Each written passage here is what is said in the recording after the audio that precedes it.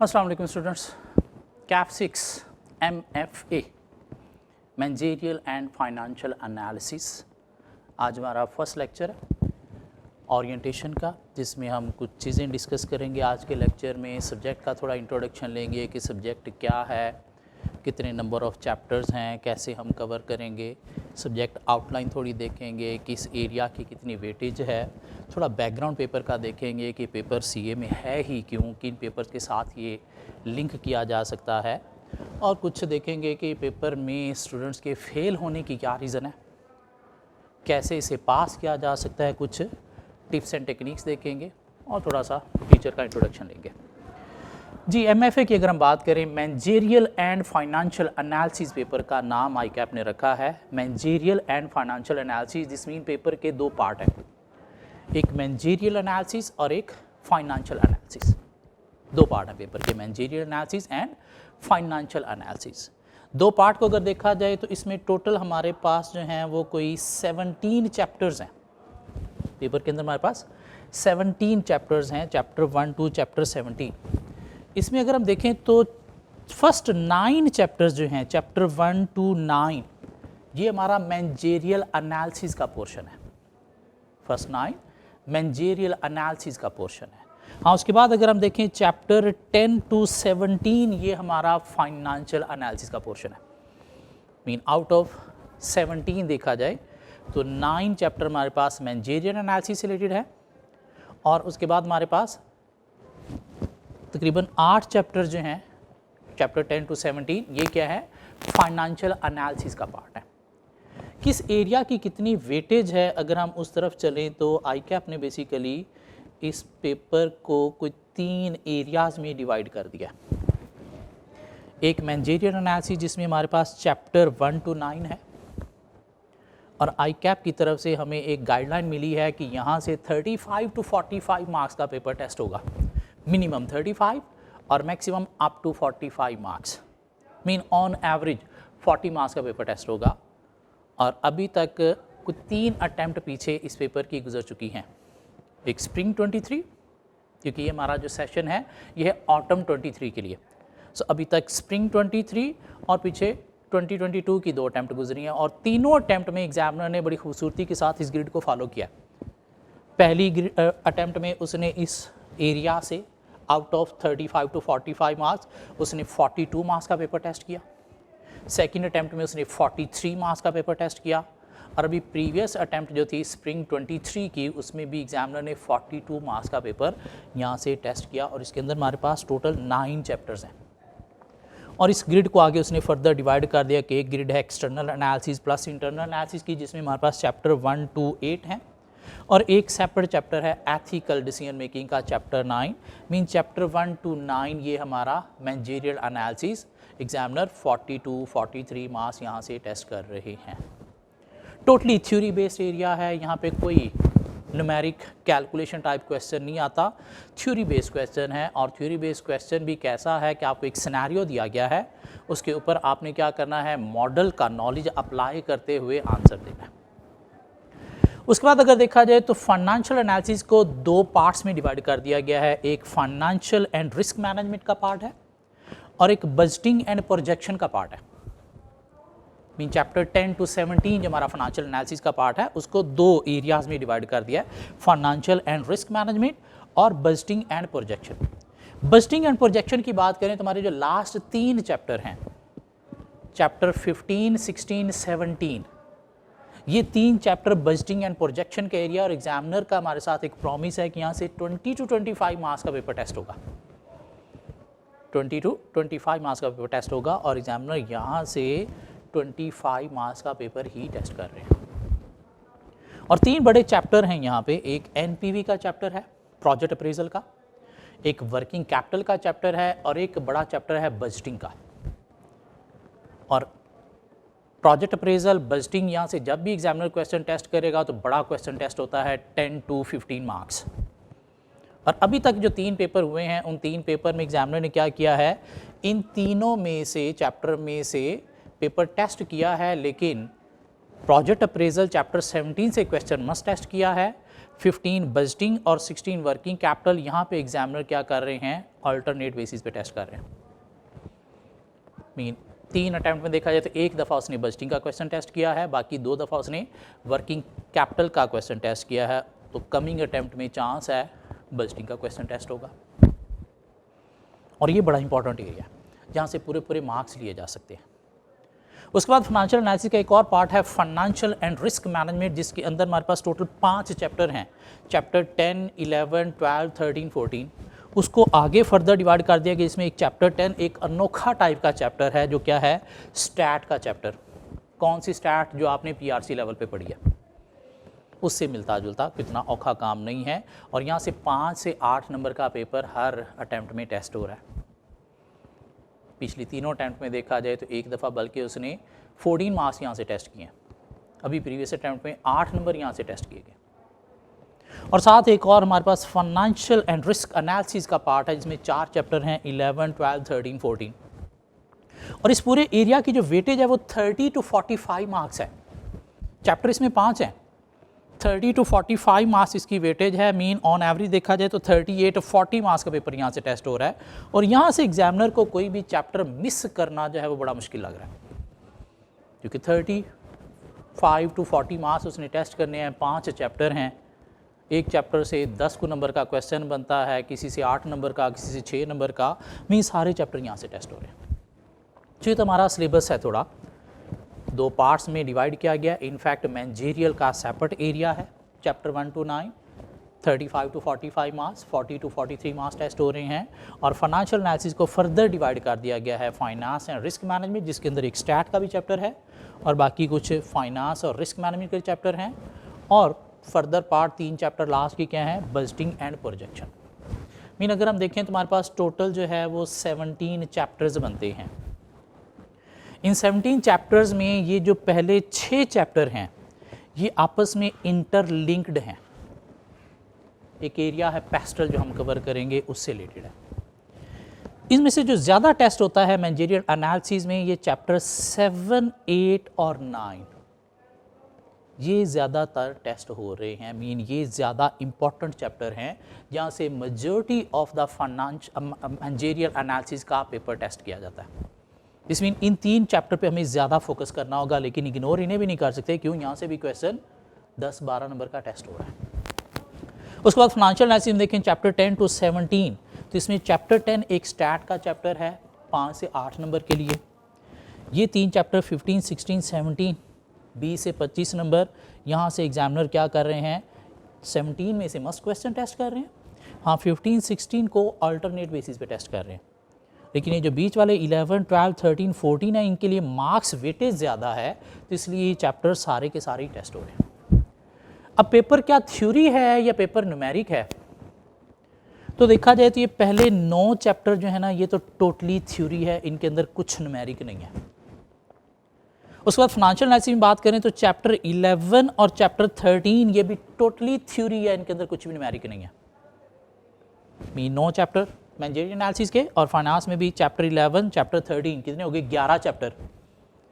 उसके बाद चैप्टर 16 को भी देखा जाए तो ये हाफ थ्योरी है वर्किंग कैपिटल और हाफ न्यूमेरिक है। मीन आउट ऑफ 17 देखा जाए तो ऑलमोस्ट 11.5 चैप्टर जो हैं वो थ्योरी है। पीछे कितने बचे, 5.5 चैप्टर जो है वो कैलकुलेशन बेस्ड है।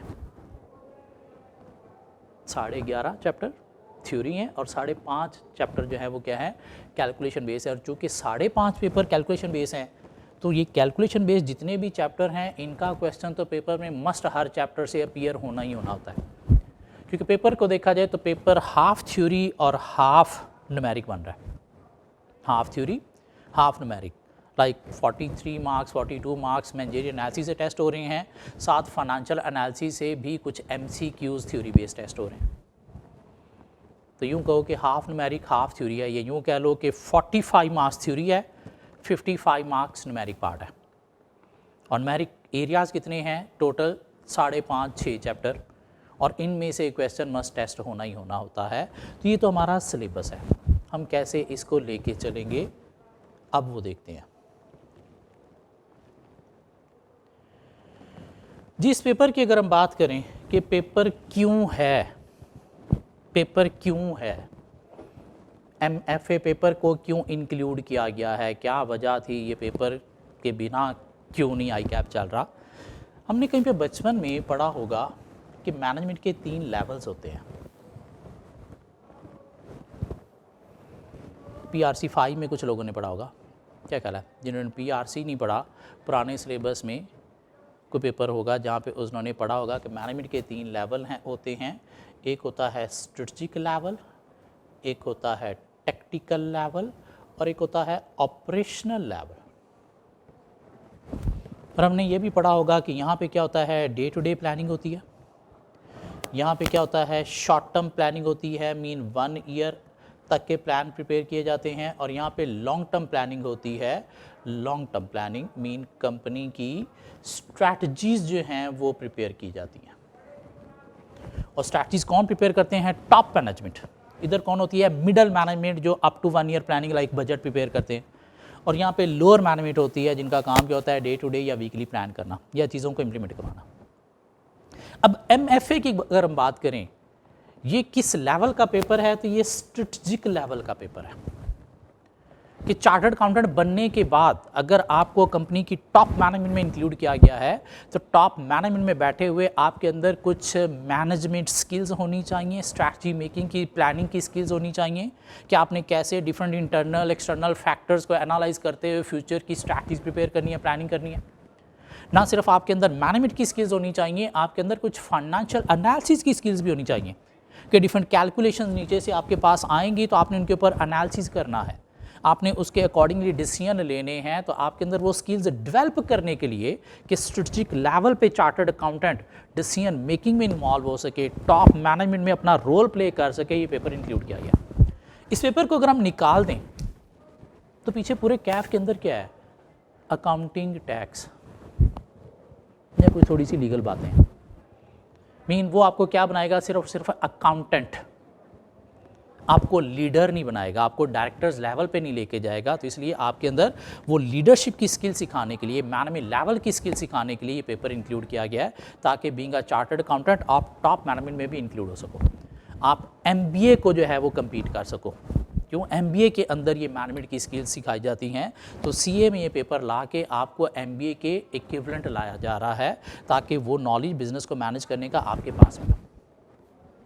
अब इस पेपर की अगर हम बैकग्राउंड की थोड़ी बात करें, ये पेपर किन पेपर्स के साथ लिंक है, तो इस पेपर के जो टॉपिक्स हैं या इस पेपर का जो नॉलेज है वो बेसिकली स्टार्ट होता है कहाँ से, PRC 5 से।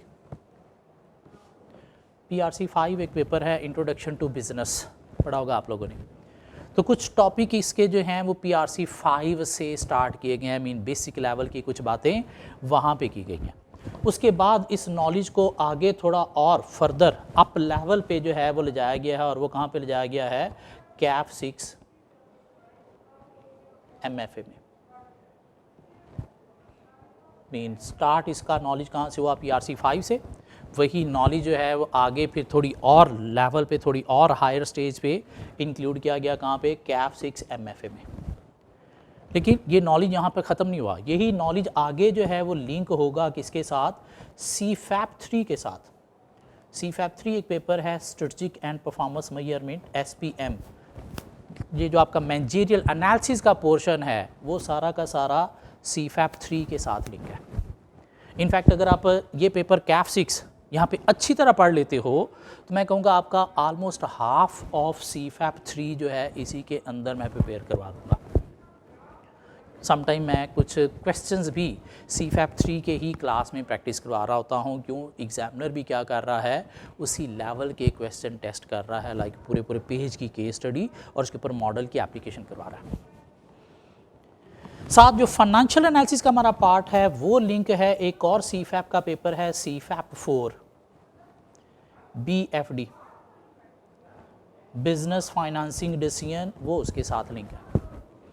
और अगर आप फाइनेंशियल एनालिसिस का एरिया यहाँ पे अच्छी तरह से प्रिपेयर कर लेते हो, हाफ तो नहीं लेकिन मैं कहूँगा कोई 35 to 40% आपका ये BFD का नॉलेज भी उसमें कवर हो जाता है। लाइक कुछ चैप्टर्स हैं इसके अंदर, बजटिंग का चैप्टर है वो BFD में होगा, कॉस्ट ऑफ कैपिटल का चैप्टर है वो BFD में होगा, वर्किंग कैपिटल का चैप्टर है वो आप BFD में जाके पढ़ोगे, प्रोजेक्ट अप्रेजल का चैप्टर है वो आप BFD में जाके पढ़ोगे, ठीक हो गया। तो कुछ 4-5 एरियाज़ हैं, रिस्क मैनेजमेंट का चैप्टर है वो आप BFD में जाके पढ़ोगे। मीन 4-5 फाइनेंशियल एनालिसिस के ऐसे चैप्टर्स हैं जो BFD में भी हैं। मीन उनकी बेसिक लेवल की बातें यहाँ पे की गई हैं, आगे फिर उनको फर्दर एडवांस लेवल पे आप जाके यहाँ पे कवर करोगे। उस तरह से मैनेजरियल एनालिसिस में internal analysis, external analysis, ethical decision making, इनकी कुछ बेसिक लेवल की बातें जो हैं वो यहाँ पे की गई हैं, आगे उनको आप फर्दर एडवांस लेवल पे जाके CFAP 3 में पढ़ोगे।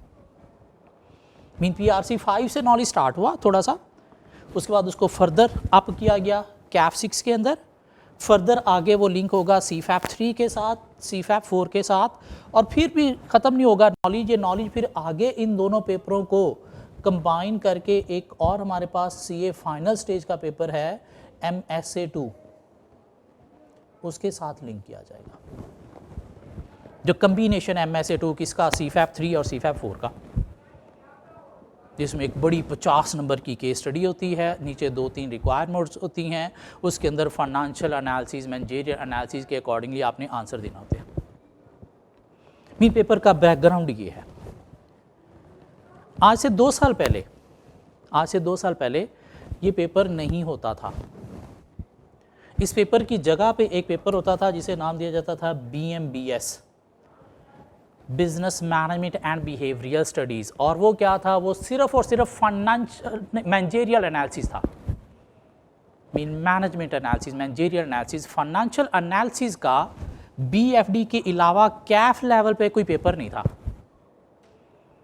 और जब स्टूडेंट यहाँ पे जाते थे वो चीज़ें बिल्कुल ही नहीं देखते थे, तो थोड़ा स्ट्रगल करते थे। तो इसलिए स्टूडेंट को CAF लेवल पे भी फाइनेंशियल एनालिसिस से रिलेटेड कुछ बेसिक बातें पता होनी चाहिए।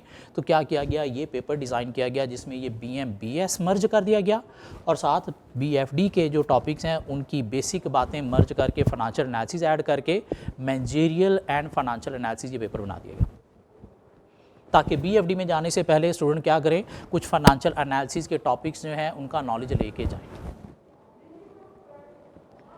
क्या किया गया, हमारे पास एक तो BMBS पेपर होता था, उसको इसमें मर्ज किया गया। एक हमारे पास कॉस्ट का पेपर है अभी, जिसको हम CAF 3 बोलते हैं।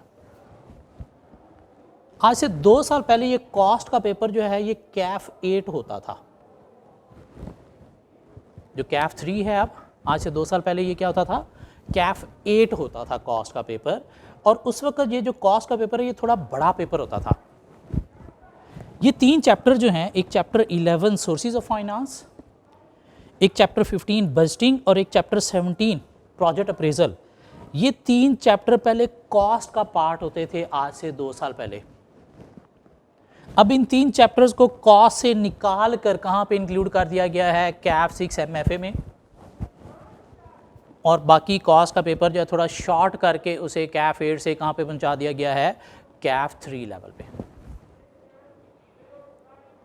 वो एज इट इज़ CAF 8 को CAF 3 क्यों नहीं बनाया गया, क्योंकि ये 3 टॉपिक थोड़े लेवल के टॉपिक हैं। ये फर्स्ट स्टेज पे, मीन ग्रुप A में स्टूडेंट अभी नए नए CAF में आए होते हैं, तो शायद उतना जल्दी इसे एब्जॉर्ब नहीं कर सकेंगे, इसलिए ये 3 चैप्टर CAF 6 सेकेंड स्टेज में, मीन ग्रुप B में इंक्लूड कर दिए गए, और बाकी जो CAF 8 की बातें थी कॉस्ट से रिलेटेड, वो फिर CAF 3 एक छोटा पेपर बना दिया गया। उससे क्या हुआ, CAF 3 का सिलेबस जो है वो थोड़ा कम हो गया, लेकिन सिलेबस कम हुआ, पेपर की लेंथ उतनी की उतनी है। लाइक फर्दर उसके अंदर कॉस्टिंग से रिलेटेड कुछ और बातें, कुछ और टॉपिक्स डाल दिए गए ताकि वो पेपर की लेंथ उतनी रहे। तो ये तो हमारे पास कुछ पेपर का बैकग्राउंड हो गया कि पेपर किन पेपर्स के साथ लिंक है, कहाँ से नॉलेज ट्रांसफ़र हो रहा है, ये नॉलेज आगे हमें कहाँ पे लेके जाएगा। मीन ये CAF 6 अगर हम अच्छी तरह से पढ़ लेते हैं तो आधा हमारा CFAP 3 प्रिपेयर हो जाएगा, और आलमोस्ट मैं कहूँ 35 to 40% हमारा जो है वो CFAP 4 भी प्रिपेयर हो जाएगा। और ये 2 जब अच्छी तरह पढ़ लोगे तो MSA 2 तो आपको शायद पढ़ने की भी ज़रूरत नहीं होगी, आप खुद से अटैम्प्ट करने के काबिल हो जाओगे। चलो ये तो बातें हो गई, सब्जेक्ट की बातें हो गई। क्या है हमारा पेपर, 17 चैप्टर्स हैं। First 9 chapters managerial analysis, other 8 chapters financial analysis, जिसमें एक अनोखा सा चैप्टर 10 स्टैट से रिलेटेड भी है।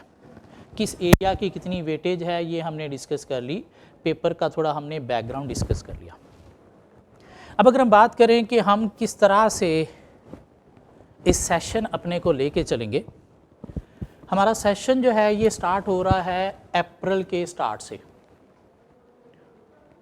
अप्रैल 2023 से ये स्टार्ट होगा और ये हमारा सेशन जो है वो एंड होगा कहाँ पे, 31 जुलाई को 2023 को। और उसके बाद आपका शायद जो पेपर है वो कब है, सितंबर 2023 में। सितंबर की कौन सी डेट है मुझे अभी कंफर्म नहीं है।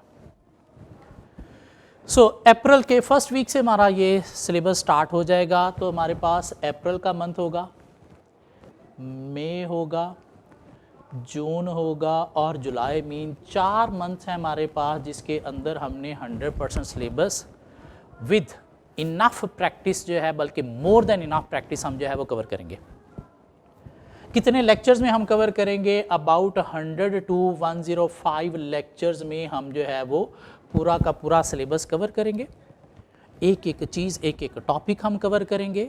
हर टॉपिक की हम इतनी प्रैक्टिस करेंगे कि मार्केट में इंशाल्लाह उतनी प्रैक्टिस आप और कोई नहीं करवा रहा होगा जितनी प्रैक्टिस आप करोगे टॉपिक्स की। साथ हम क्या करेंगे, एवरी वीक हमारा जो है वो वीकली बेसिस पे टेस्ट हुआ करेगा, वीकली टेस्ट, जिसका सिलेबस हम डिफ़ाइन कर लिया करेंगे। इस वीक में हमने यहाँ तक पढ़ लिया है तो ये हमारा टेस्ट होगा। उस टेस्ट डे को अनाउंस कर दिया जाएगा, सिर्फ उसी दिन टेस्ट हुआ करेगा।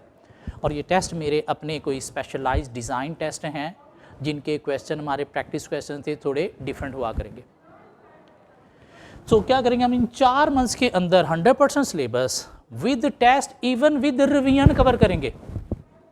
सर रिवीजन कैसे हुआ करेगी, ये जो हमारा एवरी वीक टेस्ट हुआ करेगा, हम बीच में क्या किया करेंगे, कभी कभार कुछ बड़े टेस्ट रखा करेंगे, लाइक कभी कभार कोई टर्म टेस्ट आ जाया करेगा हर मंथ के अंदर एक आध, क्या ख्याल है, उस टर्म टेस्ट में हम 3-4 चैप्टर जो है वो कंबाइन कर लिया करेंगे। उससे क्या होगा, पिछले कुछ चैप्टर जो है वो साथ रिवाइज हो जाया करेंगे। तो यूँ हमारी रिवीजन भी चलती रहेगी, साथ साथ हमारी लर्निंग भी चलती रहेगी और साथ साथ हमारी टेस्टिंग भी चलती रहेगी। 1 मंथ बिफोर एग्ज़ाम, अगस्त का महीना जो है उसमें आप क्या करोगे, उसमें आप जस्ट रिवीजन करोगे, उसमें हमारी कोई क्लास नहीं होगी। वो रिवीजन भी आप मेरे साथ करोगे। कैसे मेरे साथ करोगे कि उसमें 10 दिन मैं आपके साथ रिवीजन में चलूँगा। लाइक कोई हम जो है वो एक स्पेशल टेस्ट सिस्टम जो है रिवीजन का स्टार्ट करेंगे, जिसमें आपको एक टाइम टेबल मैं दूंगा कि डेली बेसिस पे 1-2 चैप्टर का टेस्ट हुआ करेगा और आप वो 10 दिन मेरे साथ लगा लोगे तो बाकी जो अगस्त के दिन है वो आप बाकी पेपर्स को दे के उनको भी अच्छी तरह से पास कर लोगे। तो ये हमारा सिलेबस इस तरह से चलेगा। अप्रैल के स्टार्ट में हम स्टार्ट कर रहे हैं, 31 जुलाई तक हमने कंप्लीट करना है 1 मंथ बिफोर एग्ज़ाम, ताकि लास्ट मंथ जो है बिफोर एग्ज़ाम वहाँ पे आप अच्छी तरह से रिवीजन करके सितंबर में पेपर देने जाओगे तो पेपर पास इंशाल्लाह हो जाएगा। सर हमने क्या रिसोर्स जो है वो फॉलो करने हैं, मीन बुक कौन सी लेनी है, तो मेरी अपनी जो है वो एक बुक है वो आपने फॉलो करनी है, जिसके अंदर हमें सारा का सारा ICAP स्टडी टेक्स्ट के टॉपिक का मटीरियल मिलेगा, कुछ शॉर्ट फॉर्म में मिलेगा, हमें प्रैक्टिस क्वेश्चन काफ़ी सारे मिलेंगे, ICAP बुक वाले भी सारे के सारे मिलेंगे। उसके अलावा कुछ एक्स्ट्रा क्वेश्चंस भी मैंने इंक्लूड किए हुए हैं जो हम क्लास में कवर भी करेंगे। सो मेरी अपनी बुक जो है वो आपने फॉलो करनी है। कहाँ से मिल जाएगी, लाहौर के अंदर वहीद बुक से मिल जाएगी या फिर आपके अपने एरिया में आप देखिएगा कहीं न कहीं से ईज़िली अवेलेबल हो जाएगी। इस बुक के पहले 2-3 चैप्टर जो हैं वो मैं आपको PDF फॉर्म में दे दिया करूँगा, बाकी फिर बाद में आप बुक बाय कर लेना हार्ड कॉपी में और उसके अकॉर्डिंगली हम चलते रहेंगे। सो क्या चाहिए हमें, सिर्फ ये एक बुक चाहिए, इसके अलावा हमें और कोई स्टडी मटेरियल नहीं चाहिए। और कोई स्टडी मटेरियल अगर चाहिए होगा तो मैं आपको खुद प्रोवाइड करूँगा, आपने खुद से कोई और स्टडी मटेरियल यूज़ नहीं करना। हाँ, इस बुक के साथ आपने क्या करना है, जब हम एक चैप्टर कंप्लीट कर लिया करेंगे तो एक दफ़ा ICAP बुक सॉफ्ट फॉर्म में अपने पास रख लेना, उसे एक दफ़ा वो चैप्टर देख लिया करना कि क्या हमने सारे उसके कंटेंट्स कवर कर लिए हैं अपनी तसल्ली के लिए। क्यों, ICAP बुक के अंदर जितने भी कंटेंट्स हैं, जितने भी टॉपिक हैं वो कवर करना ज़रूरी हैं और मैंने 100% ये कोशिश की है कि ICAP बुक का हर टॉपिक अपनी बुक में इंक्लूड किया है। हाँ, अपनी बुक देने का फ़ायदा क्या है कि चीज़ें थोड़ी मैंने कुछ समराइज़ की हैं जो ICAP बुक में बहुत ज़्यादा एक्सप्लेनेशन में उसको समराइज़ किया है। क्यों, उतनी एक्सप्लेनेशन हम क्लास में डिस्कस करके मैं आपको बता दिया करूँगा, रीड करने की आपको ज़रूरत नहीं पड़ेगी। किस चीज़ को कोई रटा लगाना है तो वो पॉइंट मैंने शॉर्ट कर दिए हैं। कुछ एक्स्ट्रा प्रैक्टिस क्वेश्चन हमें चाहिए जो ICAP बुक में नहीं है, लेकिन एग्जामिनर्स टाइप के क्वेश्चन टेस्ट कर सकते हैं, लाइक डिफरेंट बॉडीज़ के, ACCA के, ICW के, या इवन CA फाइनल लेवल के, तो वो भी मैंने बुक में इंक्लूड किए हुए, वो क्लास में मैं आपको करवाऊँगा। क्यों? वो करना ज़रूरी है, उसके बिना शायद पेपर पास करना थोड़ा मुश्किल हो जाता है। तो सिर्फ ये एक बुक आपने फॉलो करनी है और कोई स्टडी मटेरियल नहीं आपने यूज़ करना, चाहिए होगा तो मैं खुद आपको प्रोवाइड करूँगा। ठीक हो गया? सो ये हमारा सिलेबस हम कवर करेंगे अबाउट 100 to 105 लेक्चर में। कब तक? 31 जुलाई तक, ताकि मंथ बिफोर एग्ज़ाम हम अच्छी तरह से रिवीजन करके सितंबर 23 में पेपर देंगे तो इंशाल्लाह पास हो जाएगा। अब अगर थोड़ी सी बातें करें कि पेपर फेल क्यों होता है, पता होना चाहिए ना आपको। अगर आपको सही गलत का पता ही नहीं तो आप गलत चीज़ों को नहीं अवॉइड करोगे। तो इसलिए मैं आपको थोड़ा सा बताना चाह रहा हूँ कि क्या सही है ये पेपर पास करने के लिए और क्या गलत है जो पेपर को फेल करता है, ताकि आप उसको फोकस करके अवॉइड कर सको। तो पेपर फेल करने की जो रीज़न है वो क्या है? Lack of concept. स्टूडेंट जो है वो कॉन्सेप्ट प्रॉपर नहीं लेते। कुछ स्टूडेंट को आदत होती है बस रटा लगा लेंगे, बड़ा है। नहीं, इस पेपर में रटा नहीं है। ये पेपर अगर देखा जाए तो मैं कहूँगा 95 मार्क्स का कॉन्सेप्चुअल पेपर है। रटा अगर आया तो बड़ी मुश्किल से 5 को नंबर का आएगा, सिर्फ 5 को नंबर का रटा आएगा। बाकी 95% ये क्या है? कॉन्सेप्चुअल है। जितने भी न्यूमेरिक क्वेश्चंस हैं वो सारे कॉन्सेप्चुअल है। आपको सिमिलर क्वेश्चन कभी भी नहीं मिलेगा। जो हम प्रैक्टिस करेंगे वैसी एडजस्टमेंट क्वेश्चंस के अंदर मिलेंगी, लेकिन वो कॉन्सेप्ट के साथ ही आप उसे डील कर सकोगे। सिमिलर क्वेश्चन कि आपने एक क्वेश्चन इधर किया है बुक में, वही क्वेश्चन पेपर में आ गया, नहीं, ऐसे नहीं होगा। मिलती जुलती एडजस्टमेंट वाला क्वेश्चन आएगा तो कॉन्सेप्ट होगा तो अटैम्प्ट होगा। मैनेजरियल एनालिसिस में भी क्या हो रहा है? एक बड़ी केस स्टडी सिनेरियो दिया जा रहा है और आपसे मॉडल की एप्लीकेशन करवाई जा रही है उस सिनेरियो के ऊपर, तो भी कॉन्सेप्ट से, मॉडल का कॉन्सेप्ट है, प्रैक्टिस की हुई है, कैसे अप्लाई करना है, तो फिर ही आप कर सकोगे, वरना नहीं कर सकोगे। तो इसलिए कॉन्सेप्ट बहुत ज़रूरी है।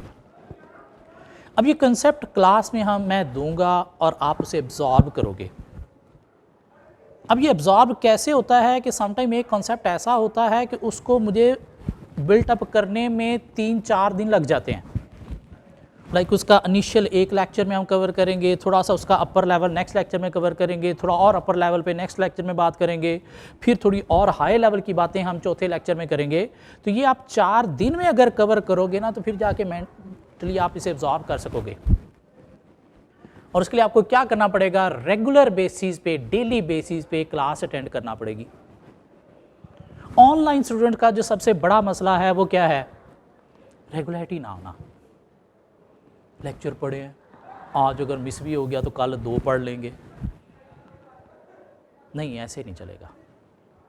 ये पेपर पास करने के लिए ना, सपोज मैं कहता हूँ जी 100 लेक्चर्स हैं और हमारा जो है वो एक लेक्चर जो है वो नॉर्मली हुआ करेगा कितना? 1 घंटा 10 मिनट से 1 घंटा 20 मिनट का। इससे बड़ा हमारा लेक्चर नहीं होगा। दिस मीन 100 लेक्चर है, 100 आवर्स मैं कहता हूँ ये हैं जो आपने क्लास में मेरे साथ अटेंड करने हैं।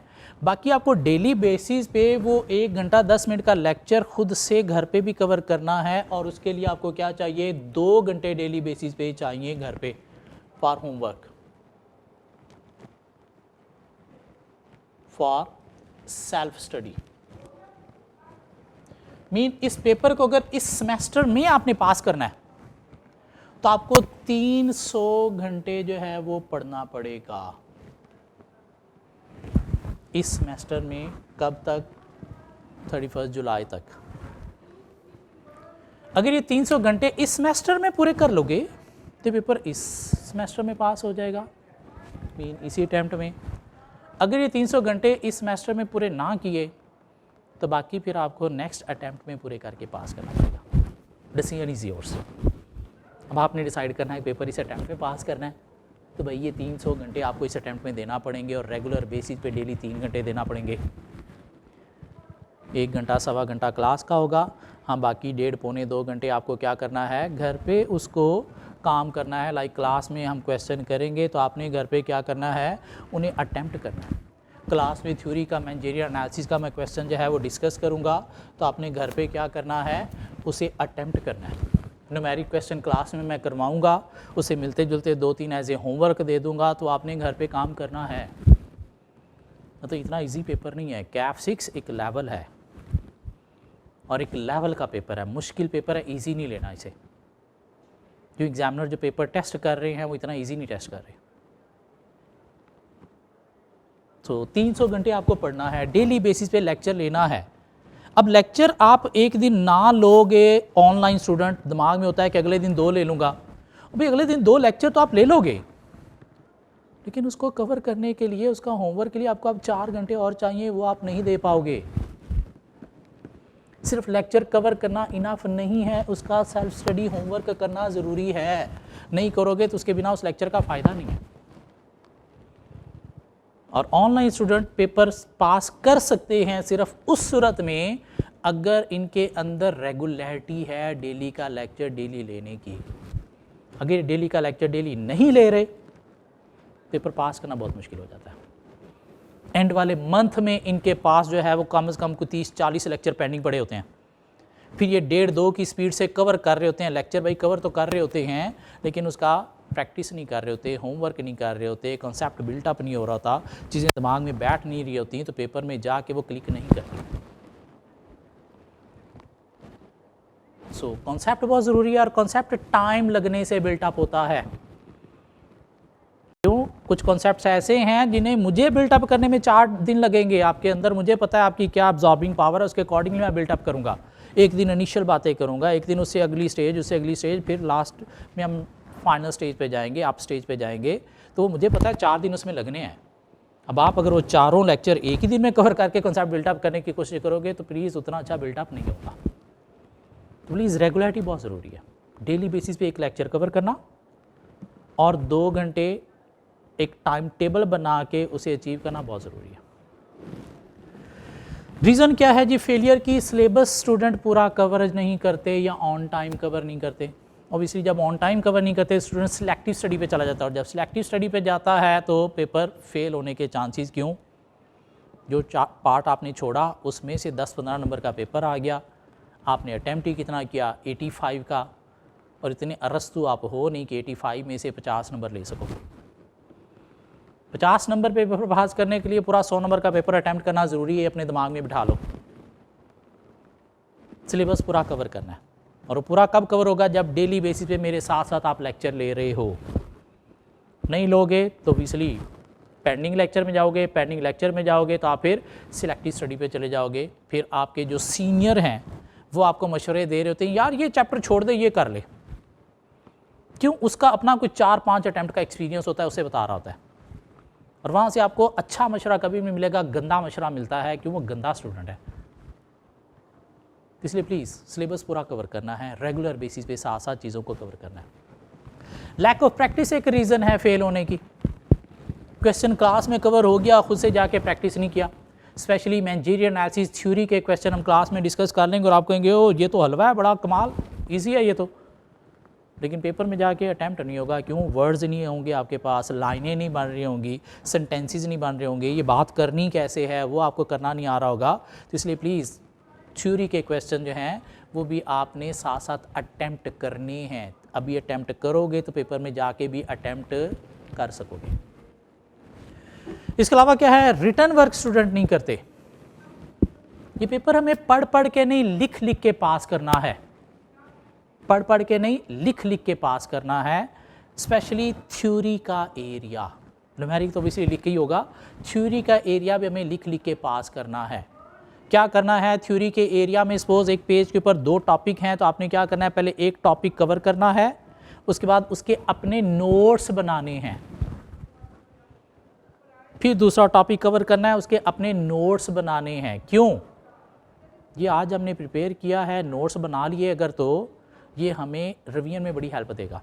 ये थ्योरी के साथ एक मसला है कि एक टॉपिक हम प्रिपेयर करते हैं, ठीक 1 घंटे बाद हमें भूल जाता है या अगले दिन हमें भूला होता है।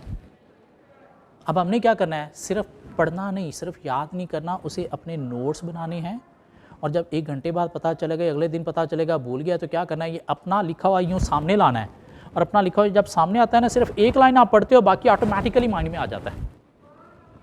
क्यों? पढ़ी हुई चीज़ भूल जाती है, लिखी हुई चीज़ भूलती नहीं है। इसलिए हमने ये पेपर पढ़ पढ़ के नहीं, लिख लिख के पास करना है।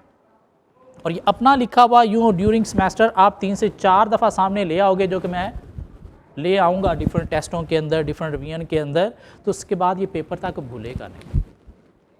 इससे रिवाइज करने का टाइम बहुत ज़्यादा शॉर्ट हो जाता है। अगर एक चीज़ बुक के अंदर है तो आपको दोबारा रिवाइज करने में भी उतना ही टाइम लग रहा होता है जितना पहली दफ़ा लर्न करने में लगा था। इसलिए हमने रिटर्न वर्क करना है, सिर्फ पढ़ पढ़ के नहीं, लिख लिख के पास करना है। हर टॉपिक को हमने लिखना है, थ्योरी के पार्ट्स स्पेशली 5 पॉइंट्स हैं, तो उन 5 पॉइंट्स को लर्न करके एक दफ़ा हाथ से लिखना है। मीन अपना एक रजिस्टर बनाना है इस पेपर के लिए। हम जो कुछ भी कवर करेंगे सब कुछ उस रजिस्टर के ऊपर लिखते चले जाएंगे, ताकि जब भी रिवीजन करना होगी फिर हमने बुक नहीं देखनी, फिर अपने उस रजिस्टर से हमने रिवीजन करनी है। बहुत ज़रूरी है ये रिटर्न वर्क। इसके अलावा क्या है, lack of revision. Student revision के बिना पेपर देने जाता है, फेल हो जाता है। कैफ लेवल का कोई भी पेपर बगैर रिवीजन के आप पास नहीं कर सकते। ट्राई करना है तो करके देख लो, कुछ लोगों ने किया भी होगा पीछे, लेकिन बगैर रिवीजन के पास नहीं कर सकते। रिवीजन भी कितनी चाहिए, एक से गुजारा नहीं होता, एटलीस्ट 2-3 रिवीजन चाहिए। रिवीजन कब चाहिए सर? ये मंथ बिफोर एग्जाम में, आखिरी महीने में चाहिए? नहीं, यहाँ पे तो सेकंड या थर्ड रिवीजन चाहिए आपको। फर्स्ट रिवीजन आपको इन्हीं 4 मंथ्स के अंदर अंदर चाहिए, साथ साथ सिलेबस भी कवर हो रहा हो, साथ साथ आपकी रिवीजन भी हो रही हो। और वो हम कोशिश करेंगे इन्हीं के दौरान हर मंथ एक बड़ा टेस्ट रखा करेंगे, 3-4 चैप्टर इसमें इंक्लूड क्या करेंगे, जिसमें करंट चैप्टर भी होगा, पिछले साथ साथ रिवाइज होते चले जाएंगे। फिर यहाँ पे हम दोबारा से 10 रिवीजन टेस्ट रखेंगे, जहाँ पे हम दोबारा रिवीजन करेंगे। उसके बाद एक रिवीजन मॉक होगा यहाँ पे, उस मॉक में आप जो है वो करोगे तो ऑटोमेटिकली 3 रिवीजन हो जाएंगे, और उसके बाद पेपर देने जाओ, पेपर फेल नहीं हो सकता। हाँ, रिवीजन के बिना पेपर देने जाओगे तो पेपर पास बड़ा मुश्किल होगा, बहुत कम चांसेस है पास होने के।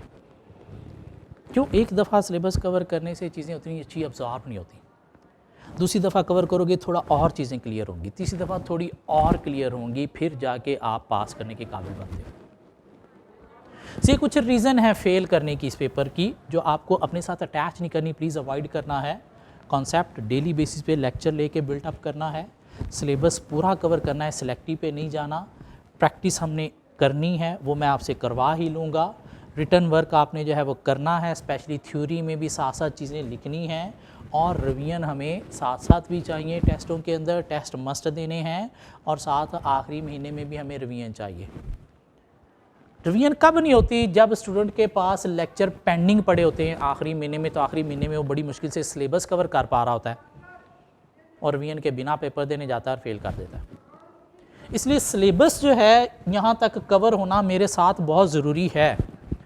यहाँ तक मेरे साथ सिलेबस कवर होगा तो रिवीजन का टाइम मिलेगा, प्रॉपर्ली आप रिवाइज करोगे, पेपर पास होगा। रिवीजन के बिना पेपर पास नहीं होना, ये चीज़ अपने दिमाग में बिठा लो। कुछ टिप्स एंड टेक्निक्स की अगर हम बात करें कि सर कैसे पेपर को पास किया जा सकता है ईजीली, तो पेपर को पास करने के लिए ईजीली एक तो ये चीज़ों को अवॉइड करना है। पेपर को पास करने के लिए ईजीली प्लीज़ अपनी रेगुलरिटी आपने बनानी है, specially online student. Daily basis पे लेक्चर कवर करना है। करना क्या आपने, आज से अपना एक पेज आपने उठाना है खाली, और उसके ऊपर अपना एक टाइम टेबल लिखना है कि आपने ये कमिंग 6 मंथ्स को कैसे लेके चलना है, ये सेमेस्टर आपने कैसे लेके चलना है। उसमें हर सब्जेक्ट की आपने क्लास कब लेनी है वो आपने लिखना है। उस सब्जेक्ट को डेली बेसिस पे खुद से कवर करने के लिए कुछ सब्जेक्ट को घंटा चाहिए, कुछ को 2 चाहिए। अकाउंटिंग के पेपर लाइक FR2 को शायद 3 घंटे चाहिए, तो वो आपने मेंशन करना है। कब आपने खाना खाना है, ये चीज़ें आपने मेंशन करनी है। और इस टाइम टेबल को प्लीज़ कोशिश करना है 6 महीने फॉलो करना है।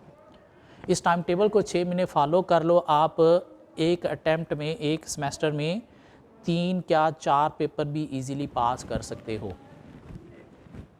CA मुश्किल नहीं है। लोग समझते हैं CA बड़ा मुश्किल है, बहुत लंबा है, बहुत लेंथी है। ऐसा बिल्कुल भी नहीं है। CA सिर्फ 1 साल की गेम है, सिर्फ 1 साल। कि 1 साल में अगर आपने कैफ के 6 पर्चे पास कर लिए तो CA हो गया। अगर आपने 1 साल में कैफ के 6 पर्चे पास नहीं किए तो CA नहीं हुआ।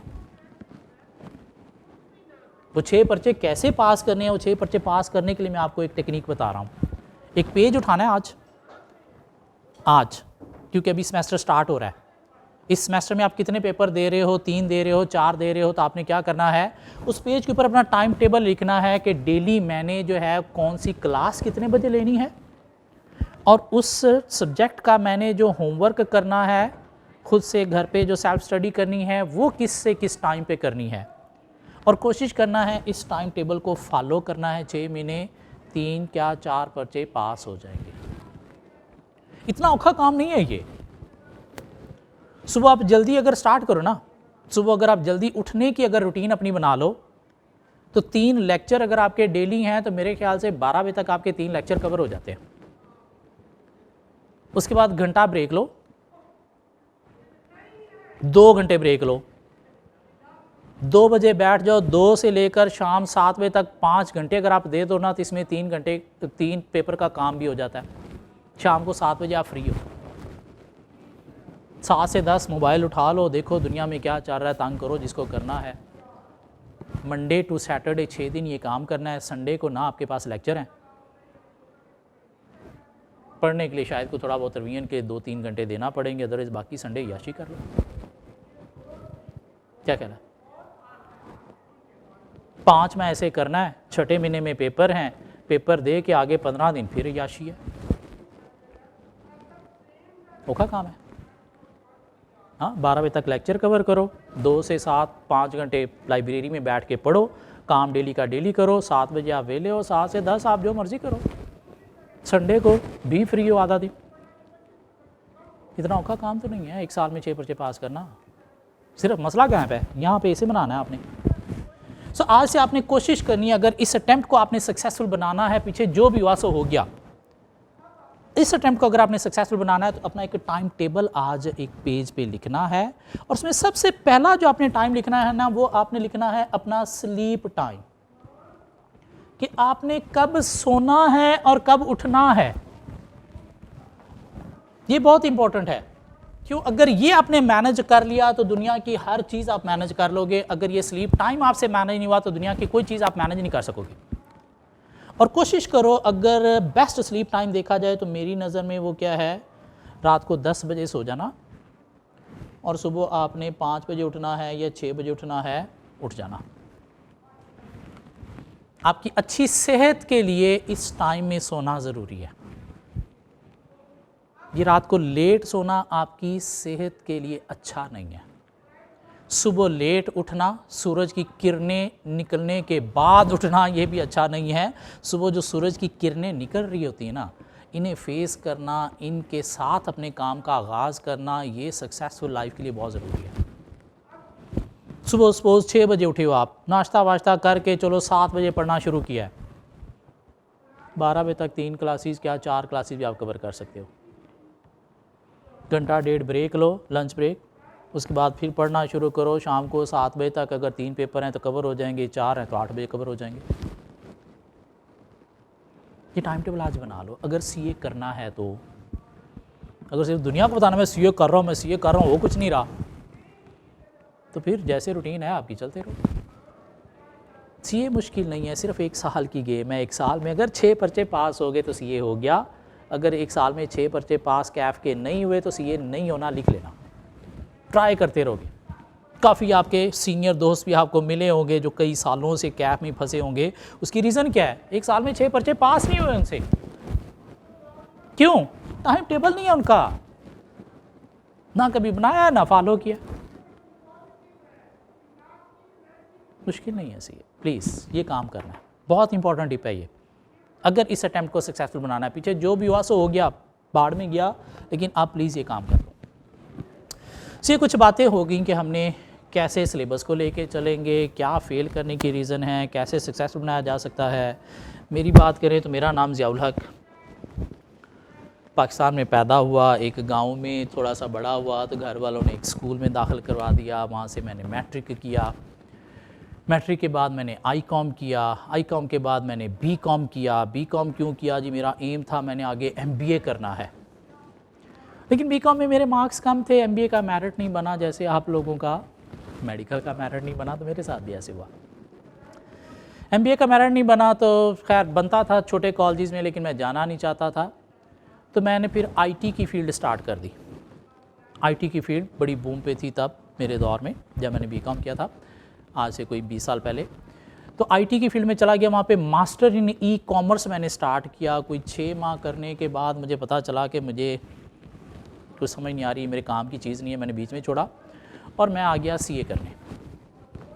CA करने जा रहा था, एक बंदा मिल गया, क्या करने जा रहा है? मैंने कहा CA। उसने कहा बहुत अच्छा, बहुत आला करने जा रहा है, लेकिन तो यूँ कर, पहले तो कर ACCA फिर तो कर CA। मैंने कहा वो क्यों? कहता देख ACCA जो है वो एक UK की सर्टिफिकेशन है, जल्दी हो जाएगी, और उसके बाद ICAP ने ऑप्शन दी हुई थी उस ज़माने में कि आप अगर ACCA हो तो सिर्फ CA फाइनल के 2 पेपर देने हैं, आपका CA भी हो जाएगा। मैंने कहा क्या बात है। मैंने ACCA स्टार्ट किया CA करने के लिए कि ACCA करके 2 पेपर दे के CA फाइनल के CA कर लूँगा।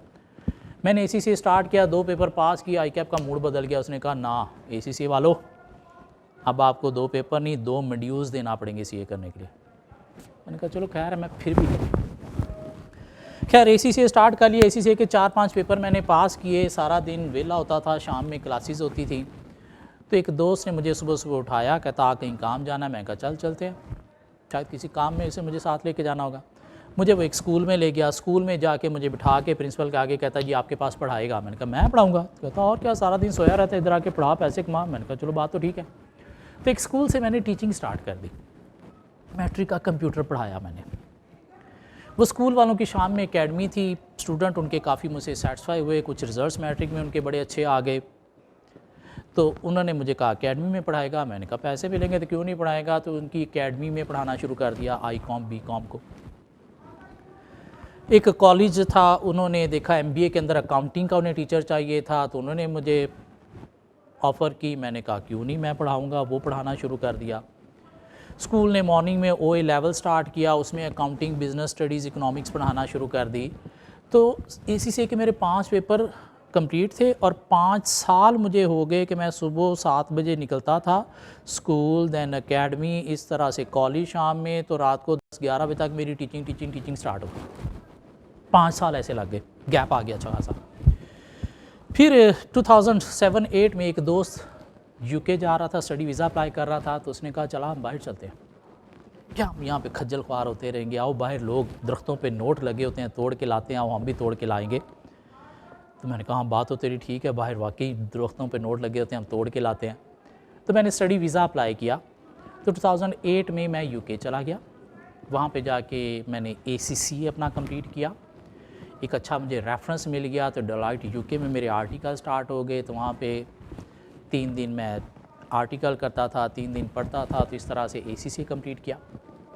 ACCA कंप्लीट करने के बाद वहाँ की एक यूनिवर्सिटी ने हमें ऑफ़र दी कि अगर आप ACCA हो तो जस्ट 1 सेमेस्टर पढ़ के आप MBA कर सकते हो एग्जाम्पन की बेस पे। मैंने कहा यस, MBA तो मेरा पुराना ख्वाब भी था। चले पाकिस्तान के अच्छे इदारे से ना सही तो UK की यूनिवर्सिटी से करते हैं, तो 1 सेमेस्टर पढ़ के MBA कर लिया।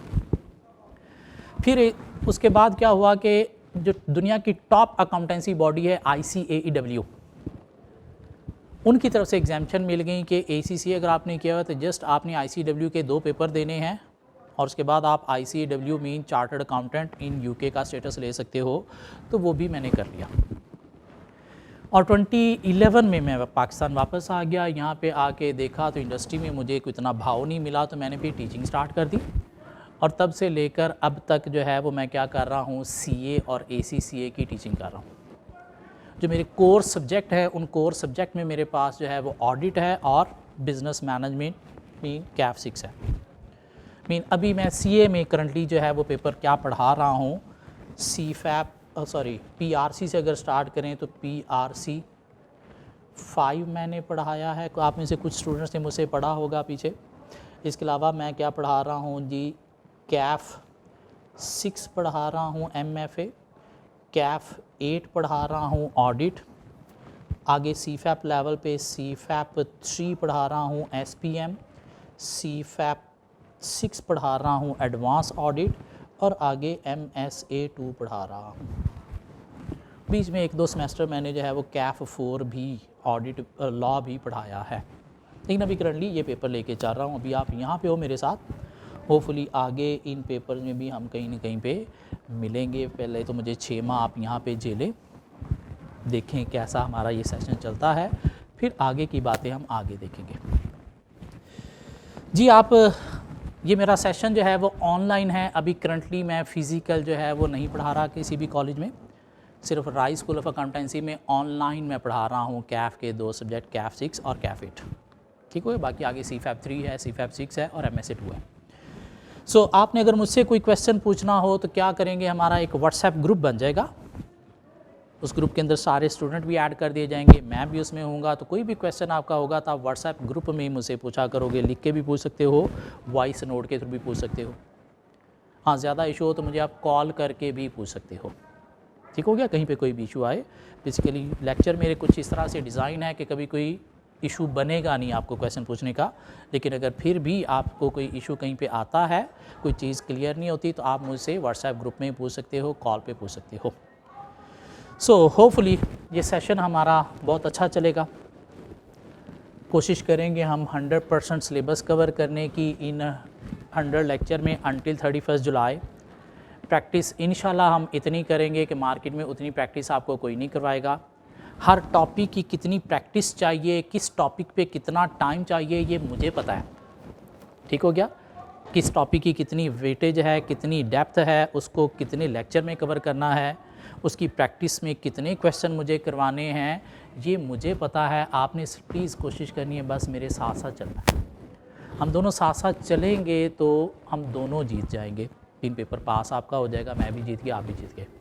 हाँ, अगर आप मेरा साथ छोड़ोगे, मीन डेली बेसिस पे लेक्चर नहीं लोगे, साथ साथ प्रैक्टिस नहीं करोगे, तो इससे हमारे बीच में गैप आता चला जाएगा और वो गैप फिर हमें तंग करेगा। सो होपफुली मिल के चलेंगे, इंशाल्लाह ये पेपर हम पास करेंगे। मिलते हैं नेक्स्ट लेक्चर में। हाँ, सिलेबस हम कैसे कवर करेंगे, थ्योरी पहले स्टार्ट करेंगे, न्यूमेरिक स्टार्ट करेंगे, तो हम स्टार्ट न्यूमेरिक से करेंगे नेक्स्ट लेक्चर में, और उसके बाद हम मिक्सचर लेके चलेंगे। कभी न्यूमेरिक करेंगे, फिर बीच में थ्योरी करेंगे, फिर एक न्यूमेरिक का एरिया स्टार्ट करेंगे, फिर थ्योरी करेंगे, ताकि सिर्फ थ्योरी पे स्टूडेंट जो है वो बोर भी ना हो और ये हमारा एक टेम्पो भी बना रहे। तो थ्योरी और न्यूमेरिक हम मिक्स लेके चलेंगे। प्लीज़ कोशिश करनी है डेली का lecture daily, weekly test must देना है, एक रूटीन बनानी है। पेपर पास करना मुश्किल काम नहीं है। इनफैक्ट इस अटेम्प्ट में 3 पेपर पास करना भी मुश्किल काम नहीं है। स्टूडेंट के कुछ मासूमाना से क्वेश्चन होते हैं, अगर हम उसकी बात करें। एक तो स्टूडेंट ये पूछते हैं ज़्यादातर कि सर क्या ये कैफ़ 6 पढ़ने के लिए कैफ़ 3 कॉस्ट पढ़ा होना ज़रूरी है? तो ज़रूरी है भी और नहीं भी। बेहतर है कि ICAP ने जो आपको सीक्वेंस दिया ना पेपर का, इसे फॉलो करना है आपने, इसी सीक्वेंस से पेपर लेके चलने हैं। हाँ, कैफ़ 3 छोड़ के कैफ़ 6 में आना मैं बेहतर नहीं समझता। पीछे कुछ स्टूडेंट ने मुझसे कैफ़ 3 पढ़े बिना कॉस्ट पढ़े, बिना कैफ़ 6 पढ़ के पास किया है, लेकिन मैं कहता हूँ कि बेहतर है कैफ़ 3 पढ़ के आओ, अदरवाइज़ कैफ़ 3 के साथ कैफ़ 6 पढ़ रहे हो, ये ठीक अप्रोच है। हाँ, कैफ़ 3 स्किप करके कैफ़ 6 में आना नहीं सही। क्या लिंक है कैफ़ 3 का कैफ़ 6 के साथ? सिर्फ एक चैप्टर में लिंक है, बजटिंग में, और किसी टॉपिक के साथ और किसी चैप्टर में लिंक नहीं है। और वो बजटिंग मैं इनिशियल लेवल से ऐसे स्टार्ट करता हूँ कि अगर कैफ़ 3 नहीं भी पढ़ा हुआ तो फिर भी कवर हो जाएगा। ठीक हो गया, तो कैफ़ 3 नहीं पढ़ा हुआ कोई मसला नहीं, लेकिन कोशिश करो कि साथ पढ़ लो। ठीक हो गया, तो एक तो ये बात है। दूसरा, स्टूडेंट एक मासूमाना सा क्वेश्चन पूछते हैं कि सर इस अटेम्प्ट में पेपर 3 रखे जाएँ, 4 रखे जाएँ, 2 रखे जाएँ? मेरे ख्याल से आपको एक अटेम्प्ट में 6 माह में 3 पेपर जो है वो लेके चलना चाहिए। इतना आसान नहीं होता 3 पेपर, लेकिन कवर हो जाता है। 4 पेपर थोड़ा टफ हो जाता है। हाँ, 4 पेपर पास होते हैं, ये नहीं कि होते नहीं, होते हैं, स्टूडेंट करते हैं। कुछ शाइनिंग स्टूडेंट होते हैं जो 1 साल में 4-4 पेपर 2 सेमेस्टर में पूरे कर लेते हैं, लेकिन उसके लिए फिर आपको स्टडी का टाइम पीरियड अपना एक्सटेंड करना पड़ता है। उसके लिए आपके हाथ में ये जो मोबाइल है ना, इसके अंदर इंटरनेट कनेक्शन वाला मोबाइल नहीं, कीपैड वाला मोबाइल रखना पड़ता है। क्यों? ये इंटरनेट कनेक्शन वाला मोबाइल जो ये आपका टाइम बहुत ज़्यादा कंज्यूम करता है, ये आपका टाइम वेस्ट करता है, स्टडी का टाइम आपका छीनता है ये आपसे। तो 4 पेपर भी हो जाते हैं, लेकिन बहुत ज़्यादा डिटर्मिनेशन चाहिए। हाँ, 3 पेपर इजीली हो सकते हैं। ये सेमेस्टर अगर देखा जाए हमारा जो सितंबर 23 का सेमेस्टर है, ये इतना आसान सेमेस्टर नहीं है। क्यों? इसके अंदर देखो 2 ईदें आ रही हैं, उसमें छुट्टियां होंगी, माइंड डाइवर्ट होगा, स्टडी से आप हटोगे। रमज़ान भी सेमेस्टर में आ रहा है, इनफैक्ट स्टार्ट ही हमारा रमज़ान में हो रहा है। क्या ख्याल है? तो रमज़ान में आपकी स्टडी की प्रोडक्टिविटी वैसे ही थोड़ी कम होती है क्योंकि सोने उठने की रूटीन नहीं बनी होती। इस सेमेस्टर के अंदर यौम आशूरा की छुट्टियां भी आएंगी, इस सेमेस्टर के अंदर 14 अगस्त भी आएगी। तो इतना आसान सेमेस्टर नहीं है, मीन छुट्टियां बहुत ज़्यादा हैं और ये छुट्टियां जो आपका माइंड डाइवर्ट करती हैं, स्टडी से आपको हटाती हैं। तो इसलिए मेरे ख्याल से इस सेमेस्टर में 3 पेपर लेके चलना चाहिए। और वैसे भी कैफ 3 सेमेस्टर में ईजीली कवर करना चाहिए। 3 पेपर पहले लो, 3 बाद में लो, बाद में एंड पे 2 ले लो। हाँ, अगर बहुत जल्दी आप कवर करना चाहते हो तो 4-4 करके भी चला जा सकता है, लेकिन आपको फिर स्टडी का टाइम ज़्यादा रखना पड़ेगा। कुछ स्टूडेंट कहते हैं सर 2 पेपर रख लूँ। 2 पेपर रखना मेरे ख्याल से सीए करने वाली अप्रोच ही नहीं है। इसे मैं कहता हूँ फिटे मुँह अप्रोच। इससे बेहतर है डूब मरो, तुम लोग सीए ना करो। कि यार 3 पेपर भी आप 6 माह में नहीं कर सकते और सीए करना चाहते हो, मतलब वो सीएस एटीट्यूड ही नहीं है कि अगर आप 2 पेपर पे चले गए हो। क्या कह रहा है? मीन्स ये लटका के करना है, लटका के करोगे अच्छी फर्म में एंट्री नहीं मिलेगी। क्यों? अटैम्प्ट्स आपकी ज़्यादा होंगी कैफ कवर करने में। अच्छी फर्म में एंट्री नहीं मिली तो फ़ायदा क्या है? गंदी फर्मों में गंदे चार्टर्ड अकाउंटेंट बनोगे। इसलिए प्लीज़ 3 पेपर रख के चलो सीए अगर करना है तो। अगर 3 नहीं होते एक अटैम्प्ट में, छोड़ दो यार, क्यों करना है? कुछ और कर लो, जाके डिग्रियाँ करो आप यूनिवर्सिटी में, पढ़ो वहाँ पे, पेपर भी खुद ही यूनिवर्सिटी लेगी, पास भी हो जाओगे, डिग्री भी मिल जाएगी। लेकिन बाद में क्या वर्त बनेगी वो एक अलग बात है।